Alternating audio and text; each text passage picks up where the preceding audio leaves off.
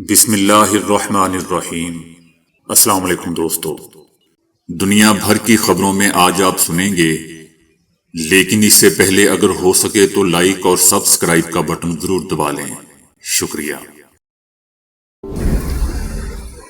ترکیہ نے کہا ہے کہ ترکی شام کو تقسیم کرنے کی کسی بھی کوشش کو روکنے کے لیے براہ راست مداخلت کرے گا اور لڑاکا گروہوں کی جانب سے خود مختاری حاصل کرنے کی کسی بھی کوشش کو ناکام بنائے گا۔ یہ بیان دوستو شام میں اسرائیل کی حالیہ جھڑپوں کے تناظر میں سامنے آیا ہے۔ ترکیہ کا کہنا تھا کہ شام کی تقسیم کے خلاف ان کی یہ وارننگ دراصل اسرائیل کے خلاف ہے، کیونکہ ترکیہ کا ماننا ہے کہ شام میں اسرائیل کا اصل مقصد ملک کو تقسیم کرنا ہے۔ ترکیہ نے دوستو اسرائیلی حملوں کی مذمت کرتے ہوئے کہا ہے کہ یہ شام میں امن اور استحکام قائم کرنے کی کوششوں کو سبوتاژ کرنے کی سازش ہے۔ ترکیہ جو نیٹو کا رکن ملک ہے، شام کی نئی حکومت کی بھی حمایت کرتا ہے۔ ترکیہ کا کہنا ہے کہ اسرائیل شام کو تقسیم کرنا چاہتا ہے تاکہ ملک کو کمزور کر کے پورے خطے کے لیے بوجھ بنا دیا جائے۔ ترکیہ کا دوستو یہ بھی کہنا ہے کہ انشاءاللہ ہم اس پالیسی کو کامیاب نہیں ہونے دیں گے، اسرائیل کا وہی حال کریں گے جو ایران نے کیا ہے۔ ترکیہ کا دوستو کہنا ہے کہ شام میں موجود گروہوں کو ایسی افراتفری کو خود مختاری یا آزادی حاصل کرنے کا ایک موقع نہیں سمجھنا چاہیے، کیونکہ ایسا کرنا ایک بہت بڑی تباہی کو دعوت دینے کے مترادف ہوگا۔ یہ راستہ کہیں نہیں جاتا۔ ترکیہ کا کہنا ہے کہ ہم سب کو خبردار کر رہے ہیں کہ کوئی بھی گروہ تقسیم کے عزائم نہ رکھے۔ بہت سے مسائل کو سفارتی ذرائع سے حل کیا جا سکتا ہے، لیکن اگر آپ اس حد سے آگے جا کر تقسیم یا عدم استحکام کی کوشش کرتے ہیں تو ہم اسے اپنی قومی سلامتی کے لیے براہ راست خطرہ سمجھیں گے اور مداخلت کریں گے اور وہی کریں گے جو ایران نے کیا تھا۔ بھارتی حکومت نے اعلان کیا ہے کہ وہ 24 جولائی سے چینی شہریوں کو سیاحتی ویزے جاری کرنا دوبارہ شروع کر دے گا۔ یہ 5 سالوں میں دوستو پہلا موقع ہے کہ جب دونوں ممالک اپنے کشیدہ تعلقات کو بہتر بنانے کی کوشش کر رہے ہیں۔ 2020 میں ہمالیہ کے متنازع سرحد پر ہونے والی فوجی جھڑپ کے بعد دونوں ممالک کے درمیان کشیدگی بڑھ چکی تھی۔ بھارت نے چینی سرمایہ کاری پر بھی پابندیاں عائد کرتے ہوئے سینکڑوں مشہور چینی ایپس پر پابندی لگا کر مسافروں کی آمد و رفت محدود کر دی تھی۔ چائنا نے بھی دوستو کورونا وبا کے دوران بھارتی شہریوں اور دیگر غیر ملکیوں کے لیے ویزے معطل کر دیے تھے، لیکن 2022 میں ان پابندیوں کو اٹھا لیا گیا تھا اور طلباء اور کاروباری افراد کو ویزوں کے اجراء شروع کر دیے تھے۔ دونوں ممالک کے تعلقات بتدریج بہتر ہو رہے ہیں۔ گزشتہ سال کئی اعلیٰ سطحی ملاقاتیں ہوئی ہیں، جن میں اکتوبر میں روس میں چینی صدر شی جن پنگ اور بھارتی وزیر اعظم نریندر مودی کے درمیان ملاقات بھی شامل ہے۔ بھارت اور چائنا کے درمیان دوستو 3800 کلومیٹر طویل سرحد ہے، جس پر 1950 کی دہائی سے تنازع چلا آ رہا ہے۔ دونوں ممالک کے درمیان 1962 میں ایک مختصر مگر شدید جنگ بھی ہو چکی ہے۔ عمران خان کے بیٹوں نے امریکہ کے صدر ٹرمپ کے خصوصی ایلچی رچرڈ گرینیل سے ملاقات کی ہے، جس کے ساتھ ہی انہوں نے اپنے والد کی رہائی کے لیے مہم کا آغاز کر دیا ہے۔ عمران خان کے بیٹے سلمان خان اور قاسم خان نے مئی میں پہلی بار عوامی سطح پر اپنے والد کی قید پر توجہ دلائی تھی۔ عمران خان اگست 2023 سے اڈیالہ جیل میں قید ہیں، جہاں وہ 190 ملین پاؤنڈ کرپشن کیس میں سزا کاٹ رہے ہیں، جبکہ ان پر 9 مئی 2023 کے احتجاج سے متعلق کئی مقدمات بھی زیر سماعت ہیں۔ امریکی صدر ٹرمپ کے خصوصی ایلچی کا کہنا ہے کہ انہوں نے سلمان اور قاسم سے کیلیفورنیا میں ملاقات کی ہے اور انہیں حوصلہ بلند رکھنے کا مشورہ دیا ہے۔ صدر ٹرمپ کے ایلچی کا کہنا تھا کہ دنیا بھر میں لاکھوں لوگ سیاسی انتقام پر مبنی مقدمات میں تنگ آ چکے ہیں، آپ اکیلے نہیں ہیں۔ عمران خان کے بیٹوں نے دوستو پاکستانی نژاد امریکی مولوی ڈاکٹر آصف محمود سے بھی ملاقات کی، جو امریکہ میں پی ٹی آئی کی حمایت حاصل کرنے کی مہم میں اہم کردار ادا کر رہے ہیں۔ اس ماہ کے آغاز میں عمران خان کی بہن علیمہ خان نے دوستوں کہا تھا کہ عمران خان کے دونوں بیٹے پہلے امریکہ جائیں گے تاکہ اپنے والد کے ساتھ ہونے والی ناانصافیوں کو اجاگر کر سکیں۔ اس کے بعد وہ پاکستان آ کر اس تحریک کا حصہ بنیں گے جو عمران خان کی رہائی کے لیے چلائی جا رہی ہے۔ اگرچہ پاکستانی حکومت کی جانب سے دوستوں اس معاملے پر کوئی باضابطہ طور پر بیان سامنے نہیں آیا، لیکن حکومت کا کہنا ہے کہ آئین کے آرٹیکل 16 کے تحت اجتماع کا حق صرف پاکستانی شہریوں کو حاصل ہے اور غیر ملکیوں کو پاکستان میں جلسہ یا اجتماع کرنے کی اجازت نہیں ہے۔ حکومت کا کہنا ہے کہ دونوں بھائی چونکہ برطانوی شہری ہیں اس لیے وہ مقامی سیاسی سرگرمیوں میں تو قانونی طور پر حصہ نہیں لے سکتے، لیکن اگر وہ ویزا شرائط کی خلاف ورزی کرتے ہیں تو ان کا ویزا منسوخ کیا جا سکتا ہے۔ پاکستانی حکومت کا کہنا ہے کہ دونوں بھائیوں کو قانون کی حدود کے اندر رہ کر پاکستان آنے اور اپنی سرگرمیاں انجام دینے کی اجازت ہوگی۔ امریکی صدر ٹرمپ نے جاپان کے ساتھ ایک وسیع تجارتی معاہدے کا اعلان کیا ہے، جبکہ چائنا کا بھی کہنا ہے کہ وہ اگلے ہفتے امریکہ کے ساتھ تجارتی مذاکرات میں اپنے وفد بھیجے گا تاکہ ایک حتمی معاہدہ ممکن بنایا جا سکے، کیونکہ حتمی ڈیڈ لائن قریب آ رہی ہے۔ امریکہ کے بڑے تجارتی خسارے کو کم کرنے کی کوشش میں صدر ٹرمپ نے دھمکی دی ہے کہ اگر دیگر ممالک 1 اگست تک واشنگٹن کے ساتھ معاہدے پر نہیں پہنچتے تو وہ ان پر جوابی ٹیکس عائد کریں گے۔ صدر ٹرمپ نے کہا ہے کہ ہم نے ابھی جاپان کے ساتھ ایک بہت بڑا معاہدہ مکمل کر لیا ہے، شاید یہ اب تک کیا جانے والا سب سے بڑا معاہدہ ہے۔ صدر ٹرمپ نے دعویٰ کیا ہے کہ اس معاہدے کے تحت جاپان میری ہدایت پر امریکہ میں $550 ارب کی سرمایہ کاری کرے گا۔ عالمی ادارہ صحت WHO نے خبردار کر دیا ہے کہ چکن گونیا وائرس کی ایک بڑی عالمی وبا پھوٹنے کا خطرہ موجود ہے اور اس کے تدارک کے لیے فوری اقدامات کی ضرورت ہے۔ عالمی ادارہ صحت یعنی WHO کا کہنا ہے کہ اسے وہی ابتدائی علامات نظر آ رہی ہیں جو 2 دہائی قبل ایک بڑے وبائی پھیلاؤ سے قبل دیکھی گئی تھی، اور اس بار وہ ایسی صورتحال کو دہرانا نہیں چاہتا۔ چکن گونیا ایک مچھر کے ذریعے پھیلنے والا دوستو وائرس ہے جو بخار اور شدید جوڑوں کے درد کا سبب بنتا ہے، جو اکثر انتہائی تکلیف دہ ہوتا ہے۔ بعض صورتوں میں یہ مہلک بھی ہو جاتا ہے۔ اقوام متحدہ کے ادارے کا کہنا ہے کہ یہ ایک ایسا مرض ہے جس سے زیادہ لوگ واقف نہیں ہیں، لیکن یہ اب تک دنیا کے 119 ممالک میں پایا جا چکا ہے اور منتقل ہوا ہے، جس سے 5.6 ارب افراد کو خطرہ لاحق ہو چکا ہے۔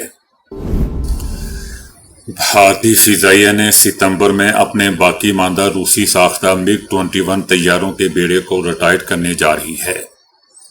یہ طیارے دوستو دہائیوں تک بھارتی فضائیہ کی ریڑھ کی ہڈی سمجھے جاتے رہے ہیں، لیکن ان کی کمزوری اس وقت نمایاں ہوئی جب فروری 2019 میں پاکستان نے ایک MiG-21 طیارہ مار گرایا اور اس کے پائلٹ کو گرفتار کر لیا۔ اور ویسے بھی دوستو آپ جانتے ہیں کہ یہ آئے دن بھارت میں گرتے ہی رہتے ہیں، ان کو کوئی ہاتھ بھی نہیں لگتا، ان کی طرف صرف لوگ دیکھتے ہیں تو یہ گر جاتا ہے۔ کوئی اڑتے ہوئے ان طیاروں کی طرف انگلی بھی کر دے کہ دیکھو وہ طیارہ جا رہا ہے، تب بھی یہ گر جاتا ہے۔ یہ اتنا کمزور طیارہ بن چکا ہے۔ بہرحال یہ بیڑا 6 دہائیوں تک خدمات انجام دینے کے بعد ستمبر میں باضابطہ طور پر ریٹائر کیا جائے گا۔ یہ طیارے 1963 میں بھارتی فضائیہ میں شامل کیے گئے تھے۔ 2017 سے 2024 کے درمیان کم از کم 4 MiG-21 طیاروں کو سروس سے ہٹایا گیا یا ان کی جگہ نئے یونٹس تعینات کیے گئے۔ باقی ماندہ روسی ساختہ MiG-21 طیارے دوستو 19 ستمبر کو چندی گڑھ کے ایئر بیس پر ایک باوقار تقریب میں ریٹائر کیے جائیں گے۔ اب وہ باوقار تقریب دوستو کیسی ہوگی حکومت نے یہ نہیں بتایا۔ اب ان کو ہار پہنائے جائیں گے یا وہ کیا جائے گا جو ان کے وزیر دفاع راج نے کیا تھا جب رافیل طیارے وہ اپنے ملک میں لے کے آئے تھے۔ ان طیاروں کی ریٹائرمنٹ کے بعد دوستو بھارتی فضائیہ کے فعال لڑاکا طیاروں کی تعداد مزید کم ہو جائے گی۔ اگرچہ دوستو MiG-21 طیاروں نے بھارت کی تمام جنگوں اور تنازعات میں اہم کردار ادا کیا تھا، مگر ان کی ساکھ کچھ حد تک متاثر بھی ہوئی تھی، کیونکہ ان کے کئی حادثات ہوئے ہیں جن کی متعدد ممکنہ وجوہات ہو سکتی ہیں۔ ان حادثات میں 100 سے زائد پائلٹ اور چند عام شہری بھی مارے جا چکے ہیں۔ سابق امریکی وزیر دفاع رابرٹ گیٹس نے کہا ہے کہ پہلی بار ایرانی جوہری تنصیبات پر حملے کا خیال جارج بش کے دور صدارت میں ہوا تھا۔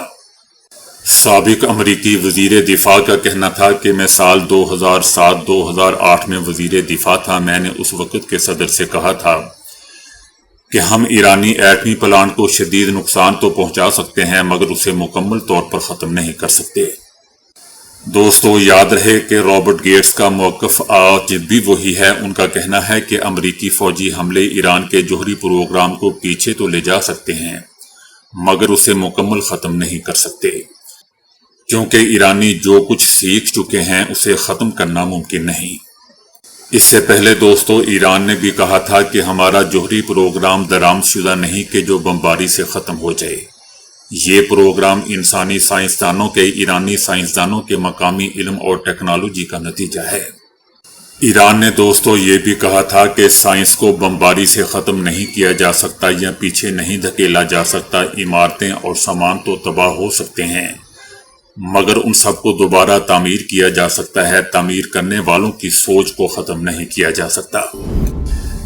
ایرانی صدر ڈاکٹر مسعود کا کہنا ہے کہ ہم کسی بھی اسرائیلی فوجی جارحیت کا مقابلہ اور تل ابیب پر دوبارہ حملے کے لیے تیار ہیں۔ اسرائیل نے ہم پر حملہ کیا جس کے جواب میں ہم نے طاقت کے ساتھ اس کے دل پر حملہ کیا۔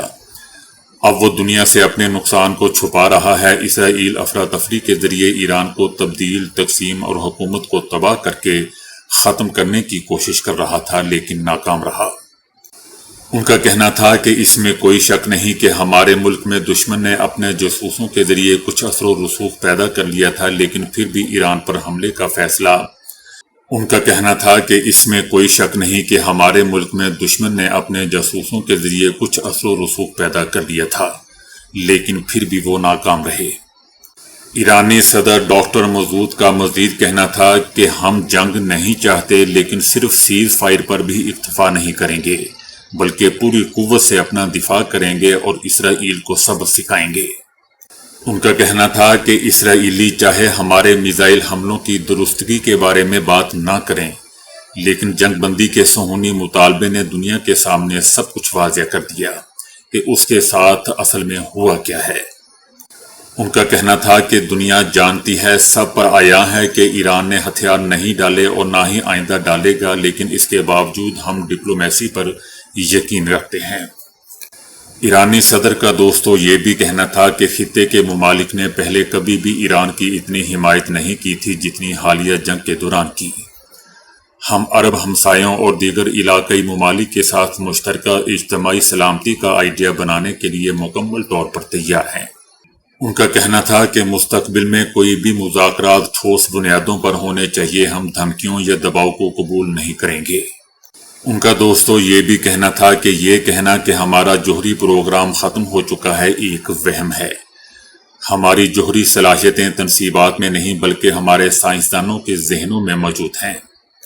قطر میں العدید امریکی اڈے پر حملے کے بارے میں ڈاکٹر مسعود کا کہنا تھا کہ ہم نے قطر پر حملہ نہیں کیا اور نہ ہی ایسا کر سکتے ہیں۔ قطر ہمارا برادر ملک ہے اور اس کے لوگ ہمارے بھائی ہیں، ہم پر لحاظ سے ان کی حمایت کرتے ہیں۔ انہوں نے وضاحت کی کہ ہمارا نشانہ قطر یا قطری عوام نہیں بلکہ ایک امریکی اڈا تھا۔ دوستو یہ بات تو بچے بچے کو معلوم ہے کہ ان کا نشانہ صرف امریکی اڈا تھا، لیکن میں حیران ہوتا ہوں قطر کے وزیر اعظم نے جس نے احتجاج کیا اور مذمت اس بات کی کہ ایران نے ہم پر حملہ کر دیا۔ لوگوں کو دکھانے کے لیے دیکھیں جی ایران نے قطر پر حملہ کر دیا، یہ اتنے بیوقوف ہیں۔ لیکن دوستو یہ حکمران نہیں سمجھ سکتے کہ لوگ اب اتنے بیوقوف نہیں ہیں۔ ایک چھوٹے سے بچے کو بھی پتا تھا کہ ایران نے قطر پر نہیں بلکہ امریکی اڈوں پر حملہ کیا ہے، تو یہ قطر کا وزیر اعظم کیا بات کر رہا تھا۔ اسرائیل دوستو اس وقت کئی محاذوں پر لڑ رہا ہے اور امریکی حمایت اور بین الاقوامی تعاون کے ذریعے نام نہاد گریٹر اسرائیل منصوبے کو عملی جامہ پہنانے پر غور کر رہا ہے، تڑپ رہا ہے۔ یاد رہے دوستو کہ اسرائیل کے عزائم فلسطین سے آگے بڑھ کر شام اور لبنان تک پھیلے ہوئے ہیں، جبکہ وہاں کے شہریوں کو جبری جلا وطنی کے ذریعے دیگر ممالک منتقل کرنے کی سازش ہو رہی ہے۔ ایک عجیب بات یہ ہے کہ اسرائیل ان اقدامات کا پورا بوجھ اپنے کندھوں پر کیسے اٹھا سکتا ہے، اور وہ کون سے عوامل ہیں جو غاصب صہیونی رجیم کو عرب ممالک کے خلاف اس طرح کی بربریت اور جارحیت اور ان کو ٹکڑے ٹکڑے کرنے کی کوششیں کرنے کی ترغیب دلا رہے ہیں۔ عرب ممالک کو تقسیم کرنے کی ان اسرائیلی سازشوں کے پیچھے بہت سے عوامل کار فرما ہیں، جیسے عرب حکمرانوں کی خاموشی، امریکی سازش، مذہبی فرقہ واریت، خانہ جنگی، اندرونی تنازعات اور غربت سے تنگ عوام۔ ان تمام سازشوں کے ہوتے ہوئے اس تناظر میں دوستو خطے کی جو تصویر دکھائی دے رہی ہے وہ بہت ہی افسوسناک اور سب سے خطرناک یہ ہے کہ اسرائیل اپنی بڑی آرزوؤں سے باز نہیں آئے گا، لیکن عرب دنیا کو چھوٹی چھوٹی ریاستوں میں تقسیم کرنے میں اسرائیل کی ممکنہ کامیابی مسئلہ فلسطین سے کہیں بڑی مصیبت ہوگی۔ اسرائیل نے دوستو اس سازش کو عملی جامہ پہنانے کے لیے برسوں سے محنت کی ہے اور اس سے بہت زیادہ امیدیں وابستہ کر رکھی ہیں، کیونکہ عرب ممالک میں تقسیم اور خانہ جنگی کی صورتحال اسرائیل کے لیے راستہ کھول سکتی ہے۔ آج بڑا سوال یہ ہے کہ کیا عرب ممالک اپنے عزم اور ارادے کو دوبارہ حاصل کر سکتے ہیں یا نہیں۔ موجودہ حالات میں دوستو شام کی تقسیم کا خطرہ ہے، اور اگر سمجھدار شخصیات نے ان خطرات کا تدارک نہ کیا تو تباہی واقع ہو جائے گی۔ جیسا کہ دوستو میں نے ایک خبر دی ہے کہ ترکی نے خبردار کیا ہے کہ اگر کسی نے شام کو تقسیم کرنے کی کوشش کی تو ہم مداخلت کریں گے۔